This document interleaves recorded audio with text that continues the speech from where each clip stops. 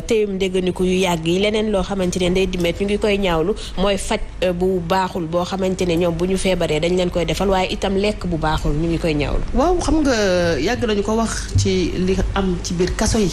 parce que tey autant ñi ñu fa garder am nañu difficulté mais l'administration pénitentiaire itam ñoom it am nañu ay difficulté parce que boo xoolee ratio bi ñoom ñi ñuy garder benn détenu comment dirais-je benn pénitencier ñaata nit lay garder donc léeg-léeg boo déggee ni évasion sax am na da nga gis léeg-léeg dañuy xeex ak garde yi léeg-léeg seen bakkan daf ci sax des fois exposé donc autant prisonniers yi am nañ problème autant aussi l'administration pénitentiaire am na problème yàgg nañu dégg nag ay ministre yu fi jaar depuis Sidiki Kaba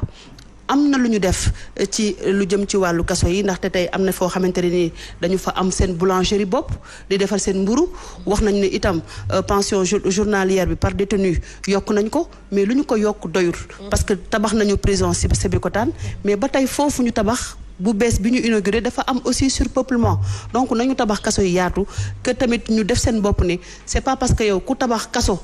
da nga fay dugg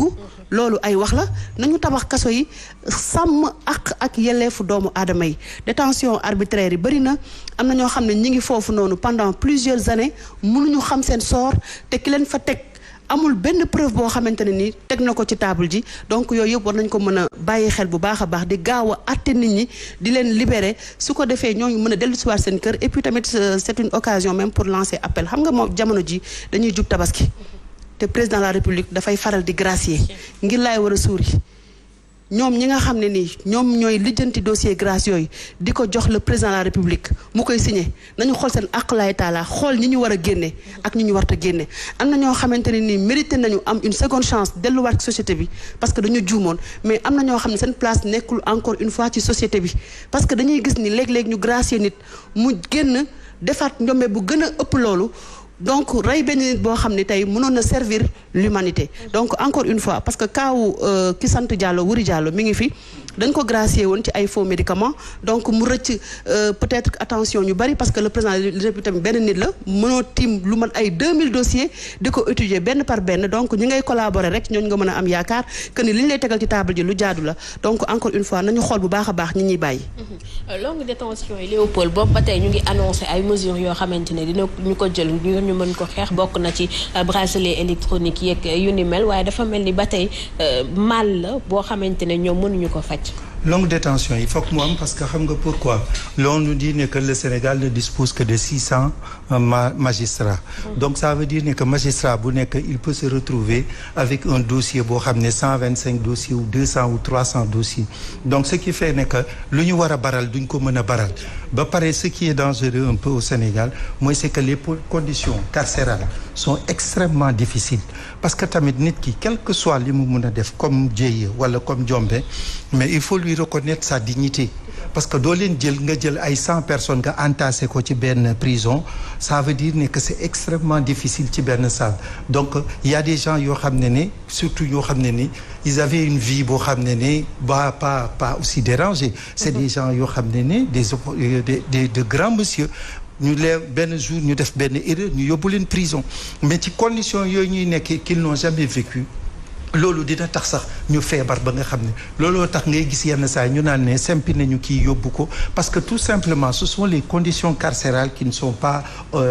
opportunes léegi nag c'est ce qui fait que y a ça pose un véritable problème mais comme tu dis également il y a des gens yoo xam ne qui sont en prison man damay ne chef d'état bi balaa muy mun a di yeewi ñenn yi parce que à chaque fois dañuy confronter ak problème yooyu da ngay gis mu yeewi ñenn ñi ñu dem yàggul ñu delluwaat biir kaso wala soit sax ñu perpétrer meurtre delluwaat parce que y a des gens yoo xam ne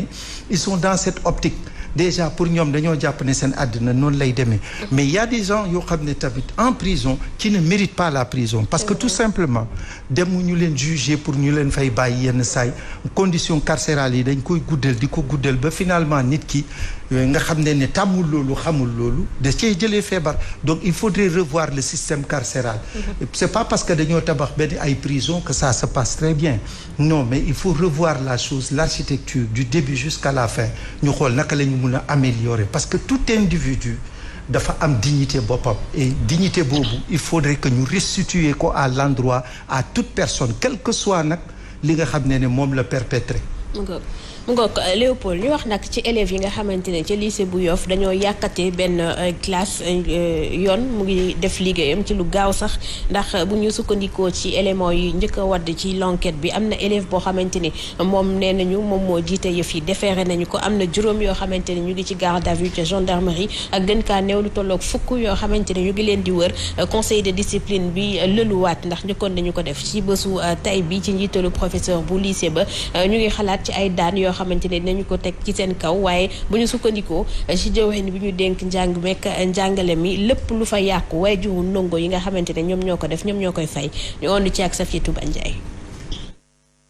lycée Ousmane Sembène bi ñu saccagé xaajut bay jeex ndax nag mel na ni sanction yi commencé na wadd mu di ay daan yu metti lool sax ndax Ousmane Dieye ki nga xamante ne moom la ñu identifié comme ki doon toj ju nañ ko déféré ci parquet bi ginnaaw rek biñ ko placé en garde à vue ci gendarmerie bu Foire mu mel ni yëf yi jeexagul ak ay arrestation yu nar a wéy ndax nag buñ ko xayma tollu nañ ci fukk ak juróom benn élèves yoo xamante ne ñoom la ñu identifié comme rek ñu bokk ci bande boobu nga xamante ne rek ñoo tojati salle de classe boobu nekk ci lycée bu Yoff ngir féete ndoxteelu grande vacances scolaires yi ñenn ci ñoom sax jot nañoo daw génn Dakar ngir mën a rëcc li nga xamante ni moo di kaso bi ñu fàttali ni rek lu ne mel amoon na fi daaw ci lycée bu Bargny waaye bu ren bi nag jàpp nañ ni yëf yi du seddee noonu suñu sukkandikoo ci ministre bi nga xamante ne moo yore lépp lu jëm ci wàllum jàng bekk jàngale bi Mamadou Talla xamle na ni bépp élève boo xamante ne identifié nañ la te nga bokk ci yëf yi dinañ la sanctionné ci lu tolloog jëf ji nga def mu yokk si di xamle ne lépp loo xamante ne yàqu-yàqu la bu jógee ci li ñu mel waajuru ndongo yi jëf yooyu lay jëf rek ñoo ko nar a defaraat su weesoo li nga xamante ni moo di enquête bu gendarmerie proviseur bu lycée Ousmane Sembène moom ci boppam convoqué na conseil de discipline ngir rek ñu taxaw rek statuer ci li nga xamante ne rek moom la ñu nar a teg comme ay daan ci yooyu leen ndongo nga xamante ne ñoo doon tojati seenub classe.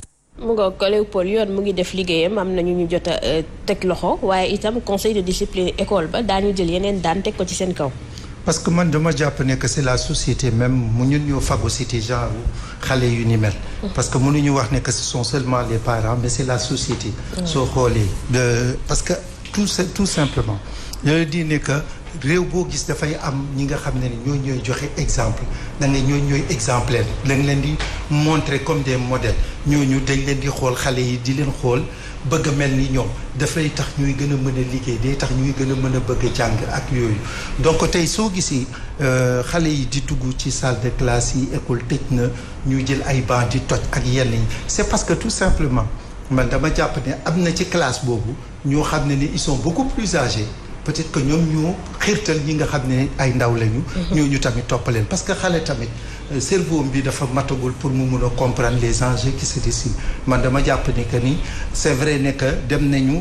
def réunion pour xool yan mesure la ñuy jël gàll ko ci loosu gone yi mais nañu jàpp ne si ay xale lañu amaguñu maturité bi ci war li ci war a def mooy ñu xool léegi maanaam des écoles yi nga xam ne dañ ciy def ay réformaté di réformater xale yi mooy école yi nga xam ne dañuy accompagner les enfants difficiles au Sénégal nag presque defe naa bële bii fi nekkoon fii ci booru autoroute bi moo fa nekk ba léegi donc ces enfants il faut que ñu wuti ay écoles yoo xam ne dañuy rééduquer les enfants dañ leen di joxaat inculquer beneen éducation et ça leur permettra saa yi bu ñu génnee ci école boobu ñu xam fan la ñuy teg tànk ak fu ñu ko warut a teg mais suñu jëlee xale yi tey jii par exemple ñu incarcérer leen man dama jàpp ne que dañuy yàq seen i avenir soit mën nañ leen punir d'autres façons punir les parents également d'autres façons mooy ñu dellu kii mais prendre ces enfants les mettre en prison man je me dis ne que à cet âge là soo ko defee xale yàq nga avenir am il faut ñu xoolaat mbir yi c'est vrai ne que nit ñi mer nañu ils ne sont pas contents mais quand même c'est des enfants yoo xam ne qui n'ont pas compris les enjeux qui se dessinent il va falloir maintenant les rééduquer il va falloir les accompagner pour que ñu réintégrer leen dans la société mais à partir de cet âge ñu yóbbu leen prison suñu demee ba am 21 ans 22 ans soo leen bàyyee li ñuy jàngoon ba ñuy nekk gone ci loolu la ñuy continuer donc il faut véritablement ñu ubbi ay école de rééducation des enfants fii au Sénégal y en a presque pas defe naa benn rek laa ci xam mais jot na nag ñuy xool xale yi di leen bi may bët aussi di leen accompagner parce que c'est important. Ndeye Met li tax ñuy fayloo waajur yi ci dégâts yi xëy na moom liñ ci bëgg mooy wan leen ni seen responsabilité daf ci am bu baax mais absolument parce que responsabilité parents yi la parce que xale boo xamante ne ni da nga jàng ba école tëj amoo lenn lu sa xel dem lu dul yàqate bien public parce que fenêtre école boo yàq fu ne buntu école boo yàq ak ay table banc bien public la. kon donc comme que yow xale bi xëy na amoo njëguloo fay say waajur ñoo war a fay te daaw loolu amoon na fi CM an bi mu fi amee bu ñu suivre woon rek requête principale bi xale dañ leen di dàq. parce que moom ci loolu moo nekkoon mbébétam mais parents d'élèves yi ñoo ci jàpp ak IA bu Dakar Khadijatou Diallo ci jamono jooju daaw joué woon na ci rôle bu am solo mais est-ce que médiation boobu tax na mbir mi jeex. parce que loolu moo jar a samp laaj tey parce que xale yi ils avaient présenté des excuses publiques ci rentrée scolaire bi nii.